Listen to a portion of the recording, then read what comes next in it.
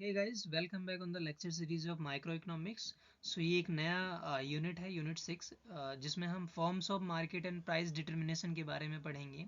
तो इसमें हम पहले मार्केट्स को कवर करेंगे, जितनी भी टाइप्स की मार्केट्स होती हैं उसको कवर करेंगे। फिर बाद में हम प्राइस डिटर्मिनेशन की बात करेंगे, यानी कि इक्विलिब्रियम की। ओके, कि मार्केट में प्राइस जो है वो कैसे फिक्स होता है, कैसे सेट किया जाता है। ओके, मार्केट फोर्सेस द्वारा, यानी कि डिमांड एंड सप्लाई की मदद से।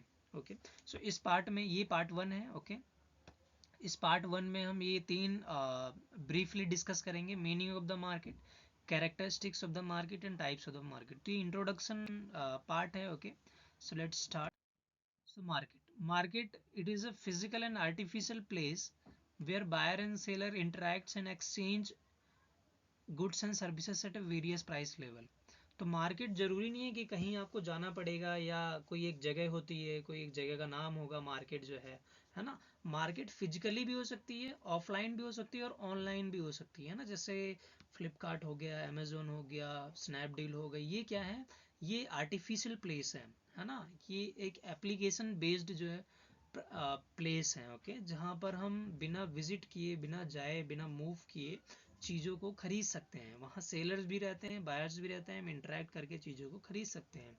ओके, सो मार्केट, ये मिथ हमेशा हटा देना कि मार्केट जो है एक फिजिकल प्लेस ही होता है। मार्केट हम आर्टिफिशियल प्लेस को ही बोलते हैं। तो फ्लिपकार्ट भी एक क्या है, मार्केट प्लेस है, यानी कि मार्केट है।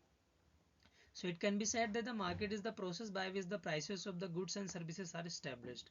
तो मार्केट में ही प्राइसेस तय होते हैं। आपने देखा होगा कि प्राइसेस डेली या डेली जो है चेंज होते रहते हैं। आप कल गए तो प्राइसेस कुछ और थे, अगले दिन गए तो प्राइसेस जो हैं कुछ और होंगे। ऑनलाइन भी अगर आप शॉपिंग करते हो तो प्राइसेस वहाँ तो आवरली बेसिस पे चेंज होते रहते हैं, मिन बेसिस, मिनट्स बेसिस पर चेंज होते रहते हैं। वो इसलिए होते हैं क्योंकि ज़्यादा बायर्स अगर ख़रीदने के लिए हैं, कम सेलर्स हैं, ज़्यादा सेलर्स हैं, कम बायर्स हैं, तो ऐसे में क्या करते हैं, वो प्राइसेस चेंज करते रहते हैं। अगर किसी को कोई प्रोडक्ट ज़्यादा अच्छा लग गया तो आपने देखा होगा प्राइसेस उसके बढ़ जाते हैं। ओके, सो हम उसी की बात कर रहे हैं। तो प्राइसेस जो है वो सेट किए जाते हैं मार्केट जो इंटरेक्शंस होता है बायर्स और सेलर्स के बीच में, उसके द्वारा प्राइसेस फिक्स किए जाते हैं। Okay, so market facilitates trade and enable the distribution and allocation of the resources in the society।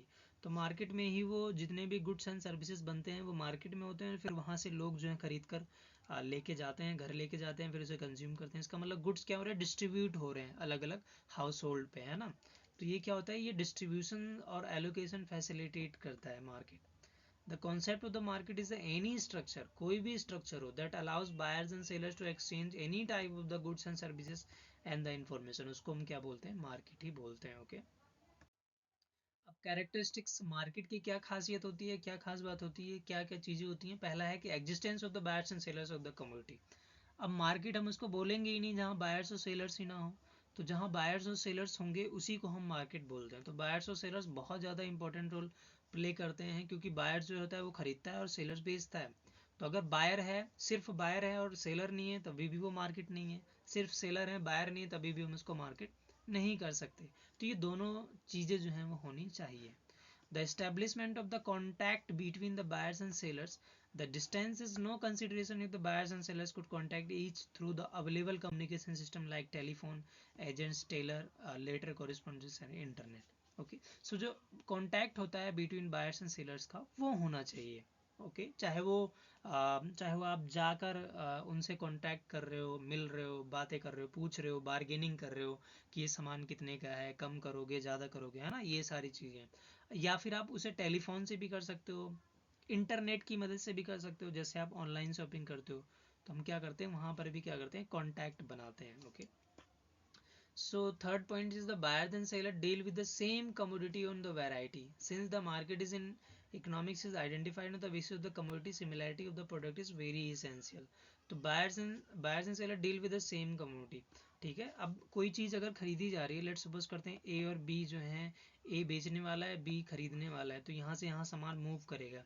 तो अब ये बी ने अगर मान लेते हैं एप्पल मांगा, तो ए को एप्पल ही देना पड़ेगा ना, तभी तो ट्रांजेक्शन होगी, जभी एक्सचेंज जो होगा वो सक्सेसफुल होगा। अब बी एप्पल मान रहा है, मतलब खरीदने वाला बोल रहा है मुझे एप्पल चाहिए, पर ए जो है वो ग्रेप्स बोल रहा है, वो अंगूर दिखा रहा है उसे, या वो कोई वेजिटेबल्स में दिखा रहा है।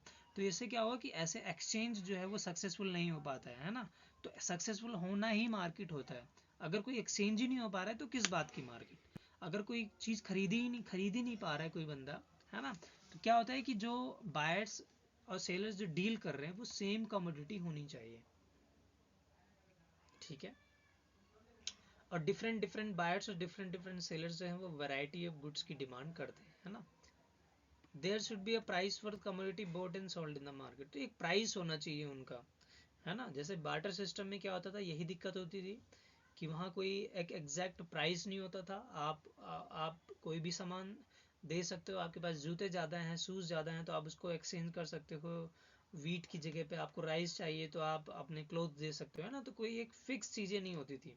तो मार्केट इतनी वो ओल्ड फैशनेबल थी, या इतनी ज़्यादा वो एक तरीके से बोल सकते हैं इतना ज़्यादा स्कोप नहीं था उसमें, इतने ज़्यादा एक्सचेंज पॉसिबल नहीं हुआ करते थे, उतनी ज़्यादा बड़ी मार्केट नहीं हुआ करती थी, उतनी ज़्यादा स्मूथली इंटरेक्शंस नहीं हो पाता था उनके बीच में, है ना। बड़ी डिफ़िकल्टीज थी ऐसे मार्केट में। तो अगर प्राइस होता है किसी भी मार्केट के बीच में तो ट्रांजेक्शन बिल्कुल स्मूथली, बहुत ईजिली, कम टाइम पर हो जाता है ना। आप डायरेक्ट प्राइस देखो और प्राइस पे करो और ले लो सामान, खत्म।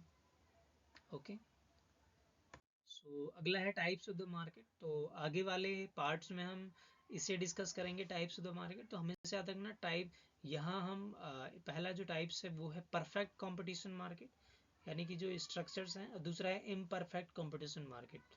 परफेक्ट कंपटीशन नाम से ही पता चल रहा है कि यहाँ कंपटीशन बहुत ज़्यादा होता है। हमें पता है कंपटीशन, यहाँ कंपटीशन बायर्स और सेलर्स के बीच में दोनों में ज़्यादा होता है। ओके, यानी कि बायर्स भी ज़्यादा होंगे बहुत लार्ज वैल्यूम में, लार्ज अमाउंट में, सेलर्स भी बहुत ज़्यादा होंगे लार्ज अमाउंट में। ओके, इम्परफेक्ट कंपटीशन का मतलब क्या हुआ कि हाँ इसके कंपैरिजन में कंपटीशन कम होता है। तो तीन तरीके की मार्केट्स होती हैं, एक है मोनोपोली, दूसरा है मोनोपोलिस्टिक, तीसरा है ओलिगोपोली। ओके, सो ये इंट्रोडक्टरी पार्ट था, ये वीडियो यहीं तक थी, ठीक है। अगले पार्ट में हम इसे डिटेल में डिस्कस करेंगे। Thank you.